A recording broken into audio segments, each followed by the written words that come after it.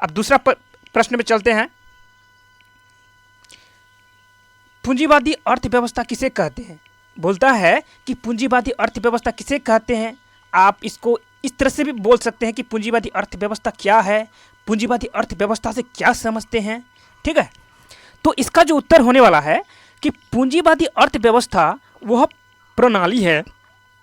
क्या है पूंजीवादी अर्थव्यवस्था? वह प्रणाली है जिसमें उत्पादन के साधन निजी स्वामित्व में होते हैं और आर्थिक गतिविधियां लाभ कमाने के उद्देश्य से बाजार की मांग और आपूर्ति पर आधारित होती है। चलिए इसका अर्थ हम लोग अभी समझेंगे। मतलब पूंजीवादी अर्थव्यवस्था मतलब पूंजीवादी अर्थव्यवस्था मतलब पूंजीवादी मतलब पूंजी का। ठीक है, यानी कि पूंजीवादी अर्थव्यवस्था वह प्रणाली है, अर्थात पूंजीवादी अर्थव्यवस्था वह प्रणाली है, वह सिस्टम है, वह एक व्यवस्था है जिसमें उत्पादन के साधन, जो भी उत्पादन के साधन होते हैं, उत्पादन के साधन का मतलब कहने का अर्थ है कि जो भी उत्पादन होता है, हम लोग में देखे हैं उत्पादन, देखते हैं ना कि घर में जो यूज करते हैं जो चीज़ को ही हम लोग उत्पादन कहेंगे। घर में यूज होते हैं जिस प्रकार की खाना बनाने वाले साधन है, इसके बाद में रड सीमेंट है, जो फैक्ट्रिया है, फर्म है, वही है उत्पादन करने वाले जो साधन होते हैं। निजी स्वामित्व में होते हैं, निजी स्वामित्व में होते हैं मतलब होता है जो निजी का होता है, सरकार का नहीं होता है, इसमें निजी का होता है। कोई व्यक्ति इसमें उत्पादन के साधन बना सकते हैं और उत्पादन कर सकते हैं। और आर्थिक गतिविधियां जो होते हैं लाभ कमाने के उद्देश्य से होते हैं। क्या होते हैं? आर्थिक गतिविधियां। जो भी हमारे देश में आर्थिक गतिविधियां होते हैं, ये पूंजीवादी अर्थव्यवस्था की बात हो रहा है। ठीक है, यानी कि जो भी गतिविधियां होते हैं वह लाभ कमाने के ही उद्देश्य होते हैं। मतलब मान लेते हैं कि अभी जो आप देख रहे हैं कि बड़े बड़े बिजनेसमैन जो है वह जो भी उत्पादन के जो मतलब फैक्ट्रियां बना रहे हैं वो लाभ कमाने के लिए बना रहे हैं। अगर उसको लाभ नहीं मिलेगा तो वो फैक्ट्रियां बंद कर देंगे। तो यही है पूंजीवादी अर्थव्यवस्था। पूंजीवादी अर्थव्यवस्था जो है निजी स्वामित्व में होते हैं। ठीक है, और जो आर्थिक गतिविधियां होती है वो लाभ कमाने के उद्देश्य से होती है, बाजार की मांग और आपूर्ति पर आधारित होती है। अर्थात इसमें जो किसी भी वस्तु का जो मांग होता है ना, डिमांड जो होता है, चाहत जो होता है, वह बाजार की मांग और आपूर्ति पर ही आधारित होती है। अगर मार्केट में अगर उस वस्तु का अगर मांग करेगा, ग्राहक डिमांड करेगा, चाहत करेगा, तभी उत्पादन करेगा निजी व्यक्ति। कोई भी हो सकता है। उदाहरण के लिए अभी अडानी है, मुकेश अंबानी है, बहुत सारे बिजनेसमैन हैं इस तरह से, मतलब कि हमारे देश में है, हमारे राज्यों में है, हमारे क्षेत्रों में है। वह अपना मतलब उत्पादन करने के लिए फैक्ट्रियां बना के रखे हैं। तो यही है कि पूंजीवादी अर्थव्यवस्था। पूंजीवादी अर्थव्यवस्था का मतलब यही होता है जिसमें क्या होते हैं, उत्पादन के साधन का जो स्वामित्व होता है, मालिक होता है। स्वामित्व मतलब मालिक होता है, वह निजी व्यक्ति ही होता है। और इसका जो आर्थिक गतिविधियां होते हैं वह लाभ कमाने के उद्देश्य से ही होते हैं। अर्थात उसको अगर हानि होगा तो वह अपना आर्थिक गतिविधियां जो है हटा देगा, अर्थात उत्पादन करना बंद कर देगा। और जो उत्पादन करते हैं, इसका जो डिमांड है, इसका जो मांग है, वो किस पर आधारित होते हैं? इसमें जो आधारित होते हैं मांग और आपूर्ति पर आधारित होते हैं। अब नेक्स्ट प्रश्न में चलेंगे। प्रश्न नंबर 3, समाजवादी अर्थव्यवस्था क्या है? देखिए ये सब पूछा जाता है एग्जामों में। क्लास 10th में इस बार पूछेंगे। हम जो पढ़ा रहे हैं वो इसी से ही पूछेगा, ये गारंटी है। नहीं तो आप लोग जो है ये बात याद रख लीजिएगा और एग्जाम देकर आइएगा और देखिएगा कि मेरे क्या क्या हम पढ़ाए हैं।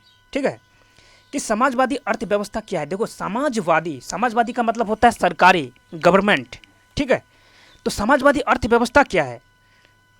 समाजवादी अर्थव्यवस्था वह प्रणाली है, मतलब वह सिस्टम है, वह मैनेजमेंट है, वह व्यवस्था है समाजवादी प्रणाली, जिसमें उत्पादन के साधनों का स्वामित्व है। मतलब उत्पादन के साधनों का स्वामित्व कहने का मतलब है मालिक, जिसमें उत्पादन के साधनों का मालिक जो होता है सरकार या राज्य के पास होता है। इसमें जो उत्पादन के साधनों का जो मालिक होता है वह सरकार के पास होता है या राज्यों के पास होता है।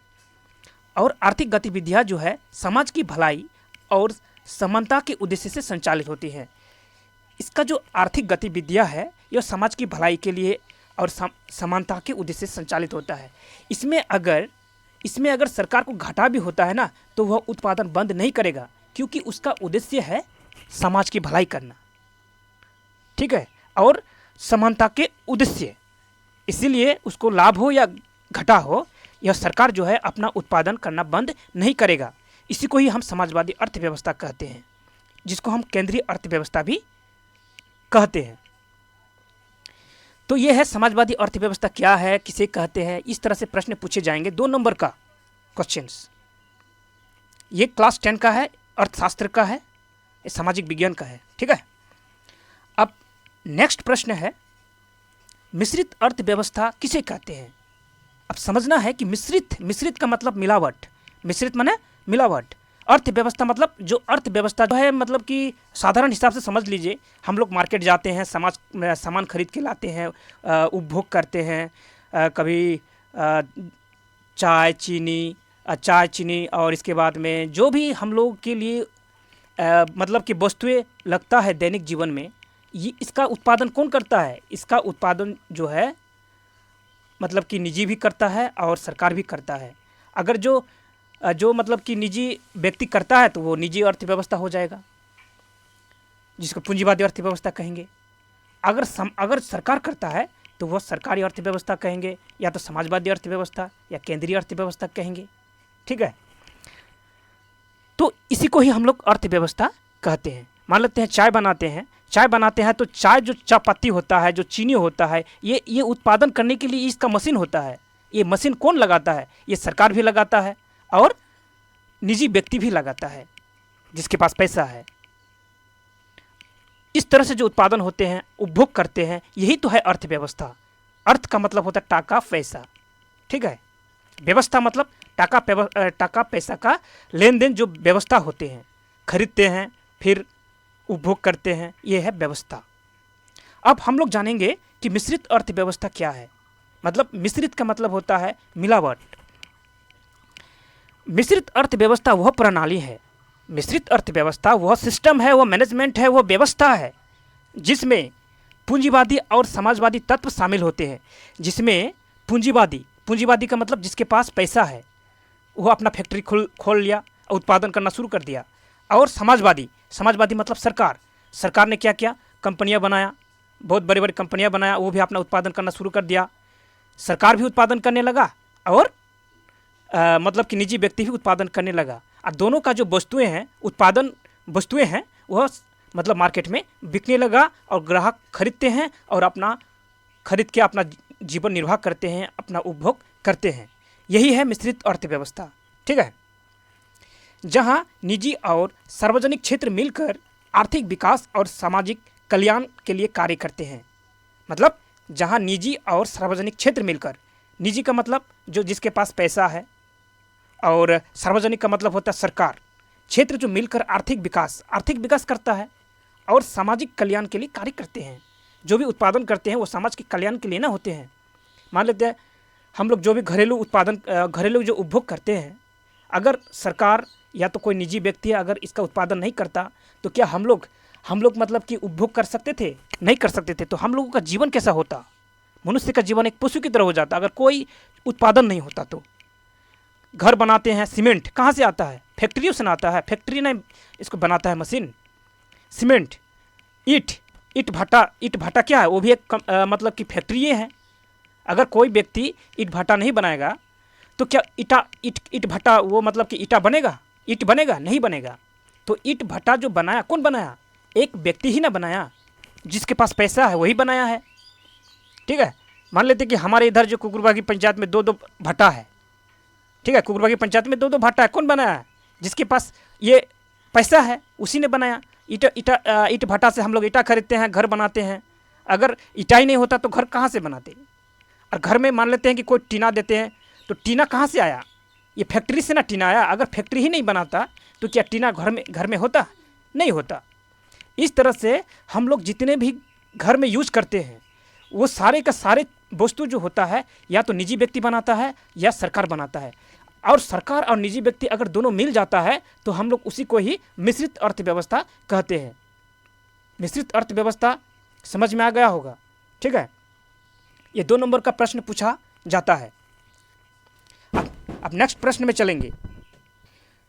प्रश्न 5, मानव विकास सूचकांक के घटक बताइए। जो मानव विकास सूचकांक होते हैं, मानव विकास मतलब विकास के लिए सूचकांक तैयार किया गया है, उसका घटक बताना है, ठीक है। जो मानव विकास सूचकांक महबूब उल हक जो है वह पाकिस्तानी का अर्थशास्त्री थे जिन्होंने ही यह बनाया। तो मानव विकास सूचकांक के 3 घटक होते हैं। कितने घटक होते हैं? 3 घटक होते हैं, स्वास्थ्य, शिक्षा और प्रति व्यक्ति आय। बस इसको लिख लेना है तो आपका 2 नंबर पक्का। मानव विकास सूचकांक के घटक बताइए कितना है? 3 घटक होते हैं, स्वास्थ्य, शिक्षा और प्रति व्यक्ति आय। प्रश्न संख्या 6, सतत विकास क्यों आवश्यक है? आप ये जानना है कि सतत विकास क्यों आवश्यक है। देखिए, सतत विकास आवश्यक है ताकि वर्तमान पीढ़ी की जरूरतें पूरी हो। सतत विकास आवश्यक है ताकि वर्तमान पीढ़ी की जरूरतें पूरी हो और प्राकृतिक संसाधनों का संरक्षण कर अगली पीढ़ी के लिए भी संतुलित जीवन सुनिश्चित किया जा सके। देखिए, सतत विकास उसी को कहते हैं। मान लेते कि हम लोग जो उपयोग कर रहे हैं वस्तुएं, साधन, जिस प्रकार मान लेते हैं कि कोयला हो गया, पेट्रोल, ये क्या है? ये जो है एक दिन समाप्त होने वाला है। कोयला एक दिन समाप्त होने वाला है। इस तरह की बहुत सारे वस्तुएं हैं जो हम लोग यूज़ करते हैं, उपयोग करते हैं, उपभोग करते हैं, ठीक है। सतत विकास का मतलब क्या है कि ये जो उपभोग करते हैं ये वर्तमान पीढ़ी की जरूरतें भी पूरी हो और प्राकृतिक संसाधनों का संरक्षण कर। और ये जो कोयला हो गया, पेट्रोल हो गया और वन हो गया, खनिज पदार्थ बहुत सारे होते हैं, ठीक है। इसका क्या करना? संरक्षण करना, इसको बचा के रखना है ताकि आने वाले जो पीढ़ी है वो लोग भी इसका उपयोग कर सके। इसको ही हम लोग क्या कहते हैं? इसको ही हम लोग सतत विकास कहते हैं। आई होप विद्यार्थियों लोग आप लोगों को समझ में आ रहा होगा। कमेंट जरूर कीजिएगा, ठीक है। और चैनल को भी सब्सक्राइब जरूर कर लीजिएगा, क्योंकि मैं इस चैनल में क्लास 10 का जितना भी सिलेबस में लिखा हुआ मतलब कि जितना भी विषय हैं सभी विषय को एक एक करके पढ़ाऊँगा। आप अगर कहीं भी ट्यूशन नहीं लिए हैं तो आपको लेने का ज़रूरत भी नहीं है। आप इस चैनल को सब्सक्राइब कर लीजिए और एक एक वीडियो देखिए और नोट्स बनाइए और जो हम समझा रहे हैं उसको समझ लीजिए, तो आपका डेरा पार हो जाएगा, ठीक है। तो सतत विकास क्यों आवश्यक है समझ गए होंगे। सतत विकास इसलिए आवश्यक है क्योंकि अगर मान लेते हैं जो भी यूज़ कर रहे हैं, अगर उसका हम लोग संरक्षण नहीं करेंगे तो आने वाले पीढ़ी जो है खतरे में पड़ जाएंगे, ठीक है। तो इसीलिए जो है आवश्यक है। अब नेक्स्ट प्रश्न में चलेंगे।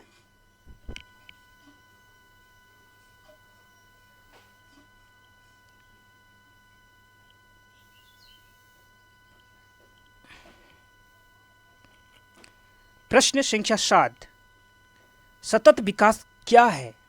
ये 2 नंबर का प्रश्न है। सतत विकास क्या है? सतत विकास वह विकास है जो वर्तमान की आवश्यकताओं को पूरा करते हुए, मतलब जो वर्तमान की आवश्यकताओं को पूरा करते हुए भविष्य की पीढ़ी की आवश्यकताओं को सुरक्षित रखता है। उसी को ही हम लोग सतत विकास कहते हैं, ठीक है। वर्तमान जो भी हम लोग की आवश्यकता है उसको भी पूरा करना है और आने वाले जो पीढ़ियाँ हैं, आने वाले जो भी जन्म लेंगे बच्चे, उनके लिए भी बचा के रखना है। इसीलिए जो हम लोग यूज़ करते हैं उसको सावधानीपूर्वक यूज़ करना चाहिए। कोई भी पेट्रोल हो, डीजल हो, कोयला हो, खनिज पदार्थ हो, जो भी हम लोग प्रयोग करते हैं उनको सावधानीपूर्वक करना चाहिए। वो फिजूल का बर्बाद नहीं करना चाहिए ताकि आने वाले जो पीढ़ी हैं वो भी इनका उपयोग लाभ ले सके। इसको ही हम लोग सतत विकास कहते हैं।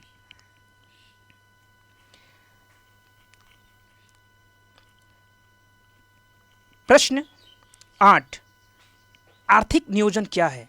देखिए, ये क्लास 10 का अर्थशास्त्र का पहला चैप्टर का है ये, ठीक है। इसको नोट कर लीजिएगा एक बार में और जितना हम लिखे हैं उतना ही लिख दीजिएगा, 2 नंबर आपको पक्का मिल जाएगा। आर्थिक नियोजन क्या है?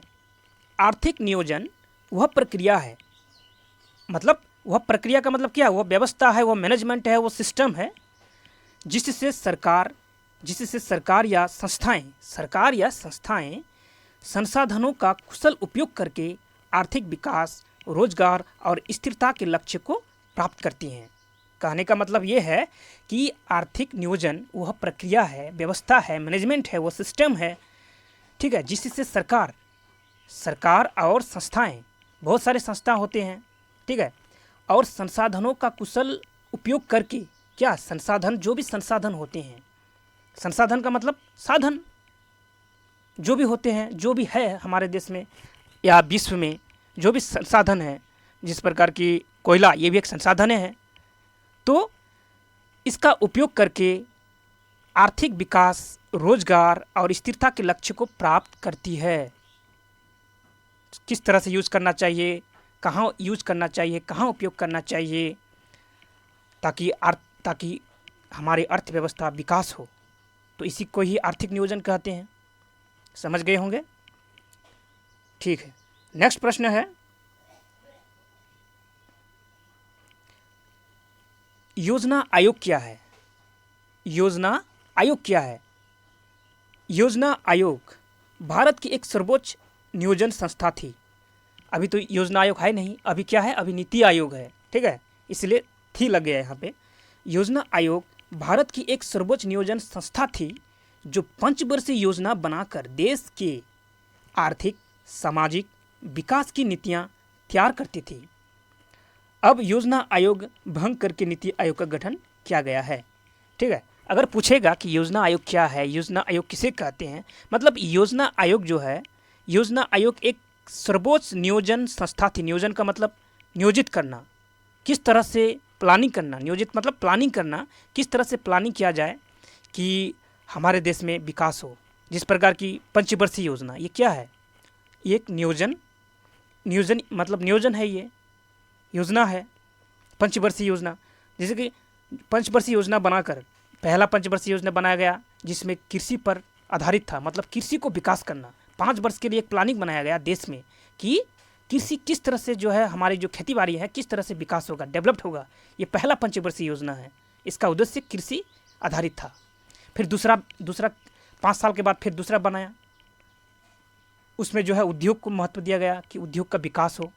तो इस तरह से हमारे 12 पंचवर्षीय योजना हमारे देश में लागू हुआ, ठीक है, 12 पंचवर्षीय योजना हमारे देश में लागू हुआ। प्रश्न जो है, आर्थिक विकास से क्या समझते हैं? आर्थिक विकास से क्या समझते हैं? आर्थिक विकास किसे कहते हैं? आर्थिक विकास के बारे में बताइए। इस तरह से प्रश्न पूछा जाएगा। यह जो है 2 नंबर का प्रश्न है।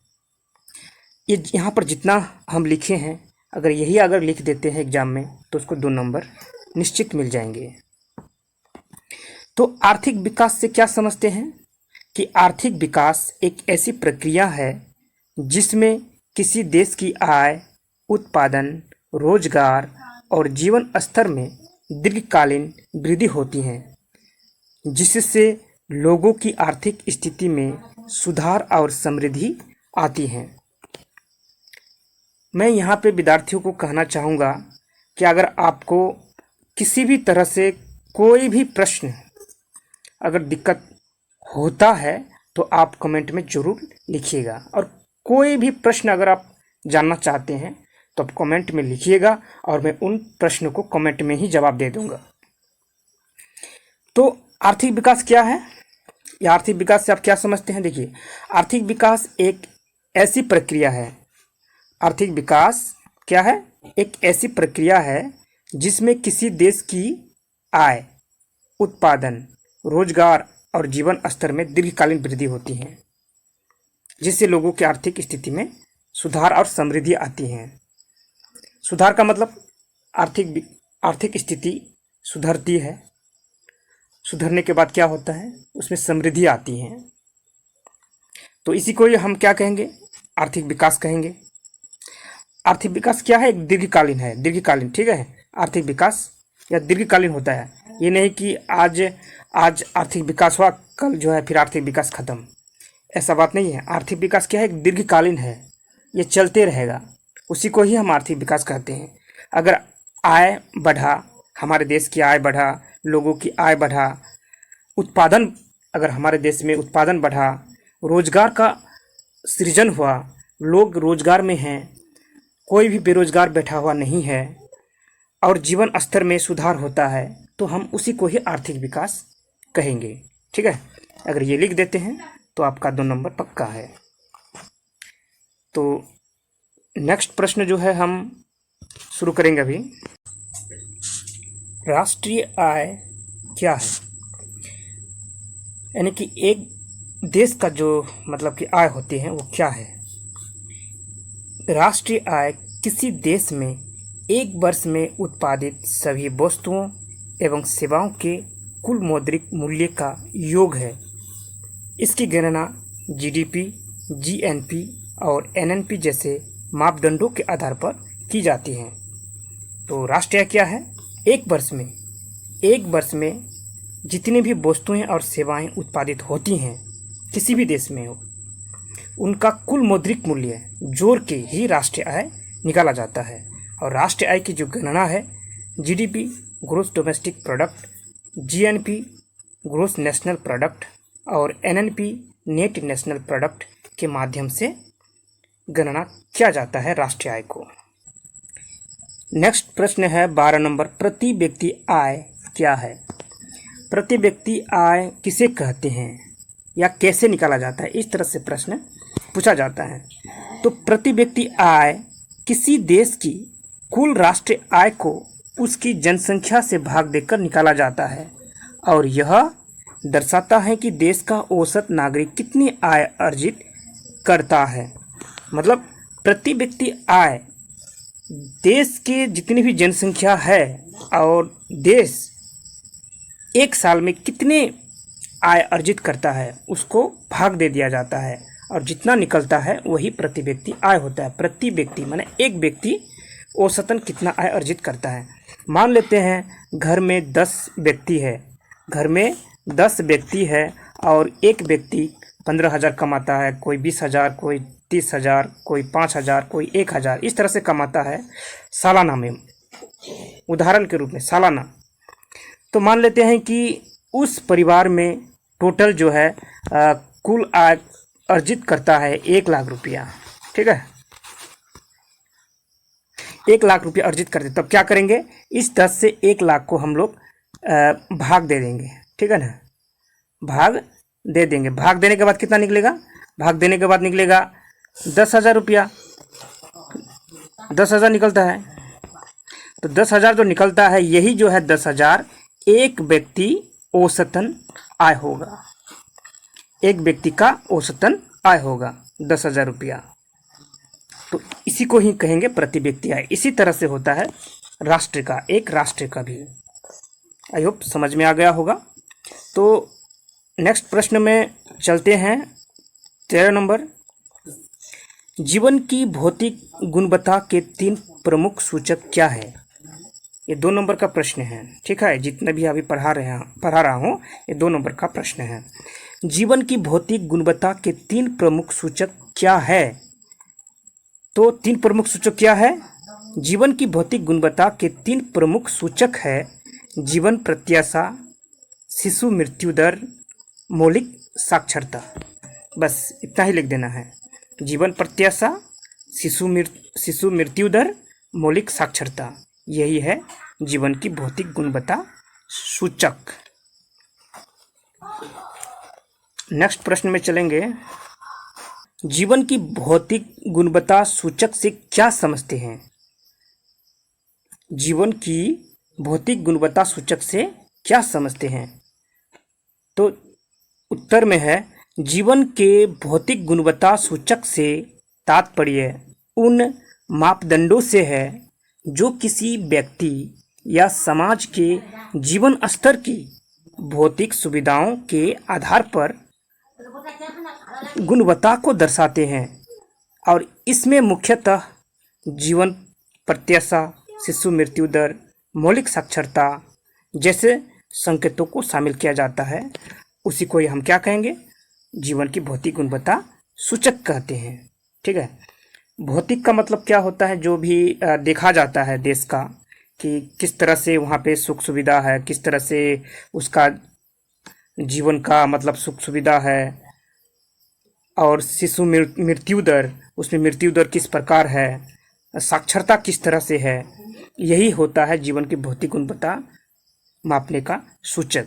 नेक्स्ट प्रश्न में है 15 नंबर, बिहार में विकास की प्रमुख संभावनाएं क्या है? बिहार में विकास की प्रमुख संभावनाएं क्या है? बिहार में कृषि आधुनिकीकरण, शिक्षा, स्वास्थ्य सेवाओं में सुधार, अधोसंरचना विकास, पर्यटन और स्वरोजगार को बढ़ावा देकर विकास की व्यापक संभावनाएं हैं। मतलब बिहार किस तरह से विकास हो सकता है या होगा, किस प्रकार होगा, उसकी किस प्रकार की संभावनाएं हैं, इसी को बताना है। ठीक है, तो बिहार में किस तरह से कृषि आधुनिकीकरण अपना के कृषि को डेवलप करके विकास की संभावना है, शिक्षा में सुधार करके विकास की संभावनाएं हैं, स्वास्थ्य सेवाओं में सुधार करके विकास करने की संभावना है, अधोसंरचना जैसे कि बिजली, सड़क, इस तरह के जो कार्य होते हैं इसको सुधार के अच्छा करके विकास किया जा सकता है बिहार में। पर्यटन को बढ़ावा देना चाहिए, किस तरह से पर्यटन बढ़ेगा, किस तरह से पर्यटन का मतलब कि क्षेत्र बनेगा, ये विकास करके ही बिहार का विकास संभव हो सकता है। स्वरोजगार को बढ़ावा देकर विकास को संभावना में बना सकते हैं, बिहार का विकास कर सकते हैं, डेवलप कर सकते हैं। यही जो है लिख देंगे 2 नंबर पक्का। ठीक है, अब नेक्स्ट प्रश्न में चलेंगे। कोई भी अगर आपको समझ में नहीं आता होगा तो कमेंट कीजिएगा, उस तरह से मैं आपको समझाऊंगा। किसी भी प्रश्न हो, कोई भी प्रश्न हो। प्रश्न है, बिहार में कृषि आधारित उद्योगों के विकास की संभावनाओं का उल्लेख करें। मतलब बिहार में जो कृषि आधारित, कृषि के आधार पर ही उद्योग जो होते हैं उसको विकास की संभावना कैसे होगा, उसको उल्लेख करना है। पहला है फल सब्जी प्रसंस्करण। फल सब्जी का जो मतलब कि बदल के उसको एक अलग प्रोडक्ट तैयार किया जाएगा, वो भी एक संभावना है। जिस प्रकार की मौसमी उपज जैसे कि आम, लीची, मखाना के लिए प्रसंस्करण इकाइयाँ बना के जो है ये मतलब कि उद्योग का विकास किया जा सकता है बिहार में। एक होता है डेयरी उद्योग, जैसे कि सुदृढ़ डेयरी जैसी योजनाएं बना सकता है बिहार में। इसके बाद में क्या है, कृषि के बाद में ये फल सब्जी के बाद में है डेयरी उद्योग। ये दूध से जो बनता है कोई भी वस्तुएं वो बन सकता है बिहार में।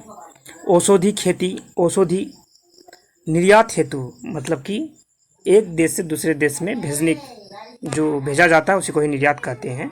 निर्यात हेतु औषधि उत्पादों का विकास किया जा सकता है। निर्यात के लिए औषधि उत्पादों का विकास किया जा सकता है। यह है कृषि आधारित उद्योग। तो ये वाला प्रश्न कंप्लीट हो गया। नेक्स्ट प्रश्न है, प्राथमिक क्षेत्र प्राइमरी सेक्टर में शामिल कार्य। ये प्रश्न पूछा जाता है, 1 नंबर में भी 1 नंबर का प्रश्न भी इसमें पूछा जाता है। तो प्राथमिक क्षेत्र में प्राइमरी सेक्टर में जो है क्या कार्य आते हैं? कृषि आता है, ठीक है, फसल उत्पादन, बागवानी, ये क्या है, प्राथमिक कार्य है। कृषि से संबंधित कार्य जो होते हैं वो प्राथमिक कार्य हैं। पशुपालन, डेयरी, मुर्गी पालन आदि, ये क्या है, प्राथमिक कार्य हैं। मत्स्य पालन मतलब मछली का पालन, ये भी प्राथमिक कार्य हैं। वानिकी जैसे कि वन संबंधी कार्य, जैसे कि लकड़ी काटना, गोंद इकट्ठा करना, ये प्राथमिक कार्य में आता है। खनन जैसे कोयला, लोहा, खनिज आदि निकालना, ये प्राथमिक कार्य में आता है। इसको याद रखना है, ये 1 नंबर के लिए पूछा जा सकता है कि उसमें लिखा रहेगा कि प्राथमिक कार्य कौन सा है, तो उसमें आपको दे देगा कृषि दे देगा, इसका विनिर्माण दे देगा, सेवा दे देगा। इस तरह से ऑप्शन दे देगा और आपको वहाँ पे छांटना है। अगर आप अच्छा से पढ़ते हैं तो ही आप छांट सकते हैं। ठीक है, तो ये प्राथमिक कार्य हो गया। आप नेक्स्ट है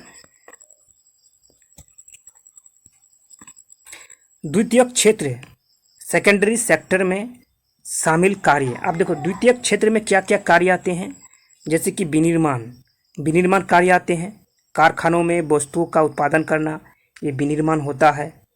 निर्माण कार्य होते हैं, जैसे कि सड़क, भवन, पुल आदि बनाना। जितना भी निर्माण कार्य, विनिर्माण कार्य होते हैं, ये द्वितीयक क्षेत्र में आता है, द्वितीयक कार्य कहते हैं। विद्युत उत्पादन करना, ये द्वितीयक क्षेत्र हैं। गैस आपूर्ति, ये भी द्वितीयक क्षेत्र हैं। जल आपूर्ति, ये भी द्वितीयक क्षेत्र हैं। नेक्स्ट प्रश्न में चलेंगे।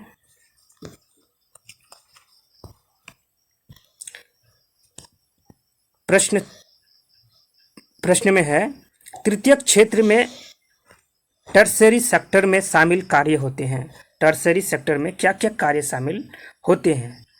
परिवहन, जैसे कि बस, ट्रेन, ट्रक आदि सेवाएं देना, ये तृतीयक क्षेत्र में आता है। संचार, जैसे कि डाक, टेलीफोन, इंटरनेट आदि, ये जो है तृतीयक श्रेणी में आता है।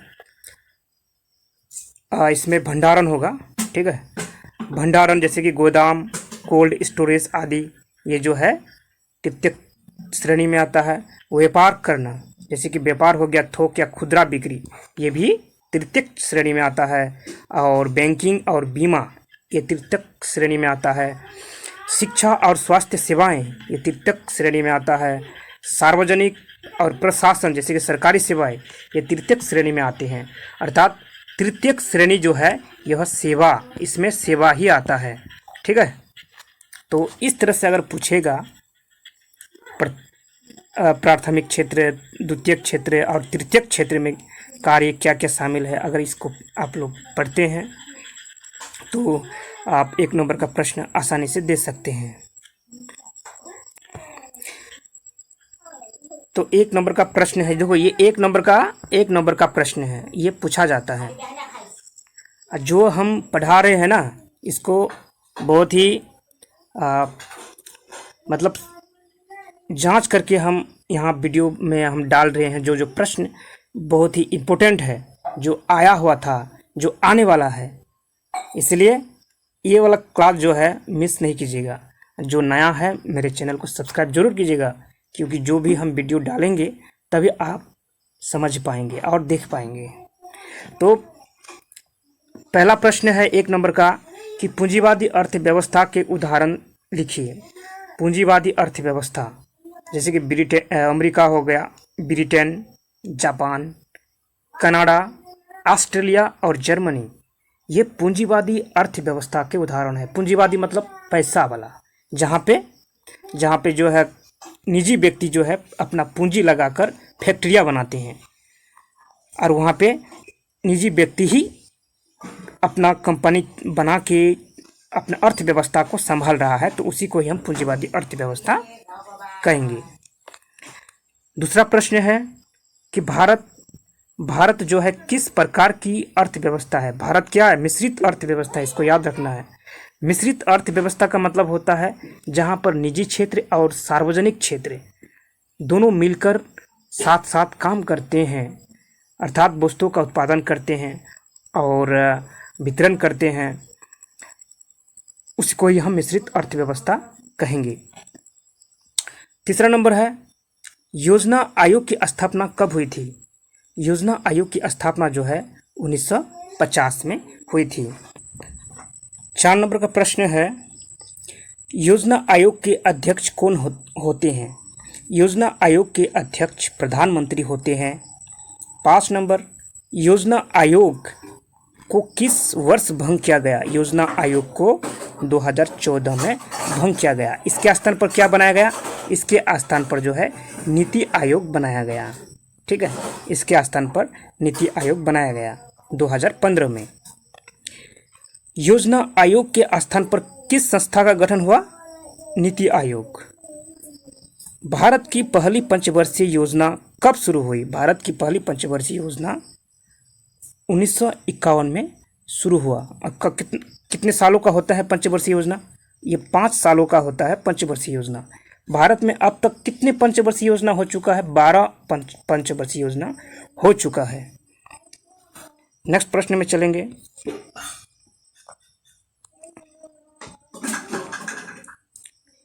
योजना आयोग का मुख्यालय कहाँ था? जो योजना आयोग पहले गठित हुआ था तो उसका मुख्यालय कहाँ था? नई दिल्ली में। योजना आयोग का गठन किसके सुझाव पर हुआ? एम विश्वेश्वरैया के सुझाव पर योजना आयोग का गठन हुआ था। नीति आयोग का गठन कब हुआ? 1 जनवरी 2015 को। नीति आयोग का गठन कब हुआ? 1 जनवरी 2015 को।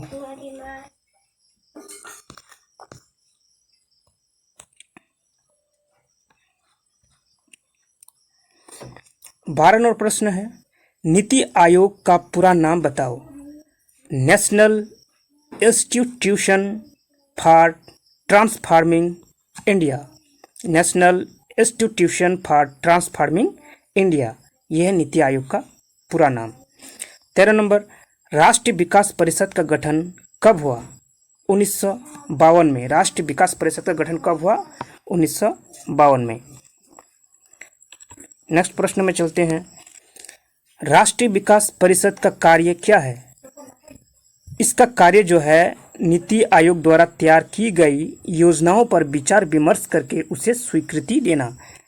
मतलब राष्ट्रीय विकास परिषद क्या करते हैं? जो नीति आयोग जो योजना बनाते हैं उस पर विचार विमर्श करके उसको स्वीकृति देता है राष्ट्रीय विकास परिषद। बिहार का क्षेत्रफल कितना है?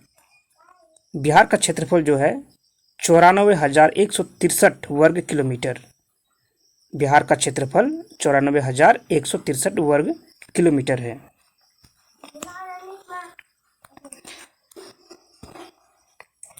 सोलह नंबर,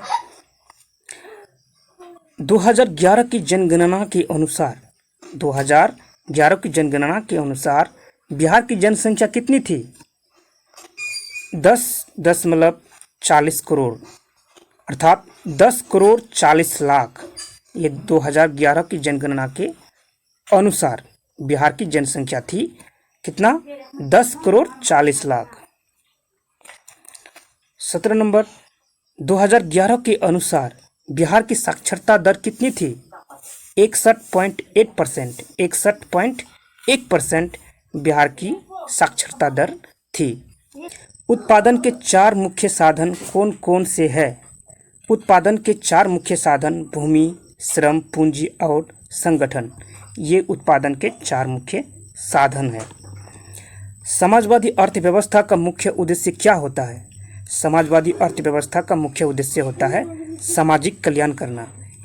इसको याद रखना है। समाजवादी का मतलब क्या होता है? सरकार। उसका मुख्य उद्देश्य क्या होता है? समाज का कल्याण करना। अगर पूंजीवादी इसमें पूछा जाएगा तो उसका उद्देश्य होगा सिर्फ लाभ कमाना।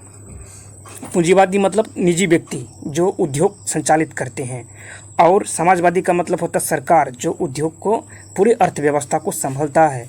अगर उसको घाटा भी हो जाएगा सरकार को, फिर भी वो समाज की भलाई के लिए अपना कार्य को चालू रखेंगे। ठीक है, तो समाजवादी अर्थव्यवस्था का मुख्य उद्देश्य क्या होता है? सामाजिक कल्याण। भारत किस प्रकार की अर्थव्यवस्था का उदाहरण है? मिश्रित। पूंजीवादी अर्थव्यवस्था का मुख्य उद्देश्य क्या होता है? लाभ प्राप्त करना। ये पूंजीवादी अर्थव्यवस्था का मुख्य उद्देश्य होता है। मिश्रित अर्थव्यवस्था में कौन से क्षेत्र कार्य करते हैं? निजी और सार्वजनिक दोनों क्षेत्र कार्य करते हैं। ये 1 नंबर का प्रश्न अक्सर पूछा जाता है किसी भी एग्जाम में। 10th क्लास में तो पूछना ही है।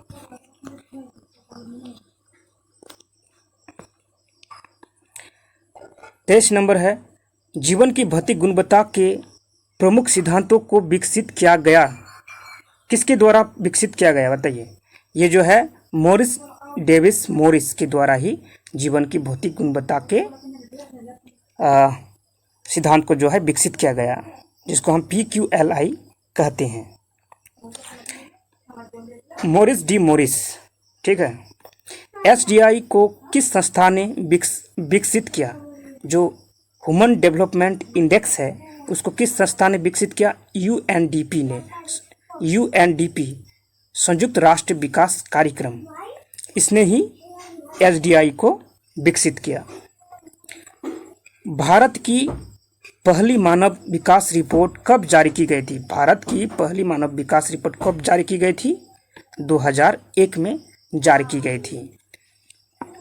यह वीडियो सामाजिक विज्ञान का अर्थशास्त्र का पहला अध्याय का मतलब आज के लिए समाप्त हुआ। अगर कोई भी प्रश्न आपको पूछना है तो कमेंट में ज़रूर पूछिएगा, मैं कमेंट में ही जवाब दे दूंगा। अगर यह वीडियो आपको अच्छा लगा है तो शेयर ज़रूर कीजिएगा। और मैं अभिभावकों से कहना चाहूँगा, अगर आपके घर में कोई पढ़ने वाला है 10 क्लास में या 12 क्लास में, जो यह वीडियो उसको ज़रूर दिखाइएगा ताकि उसको तैयारी करने में और बेहतर उसको सुविधा हो। इसी के साथ मैं आज के लिए यहीं पे समाप्त करता हूँ। धन्यवाद।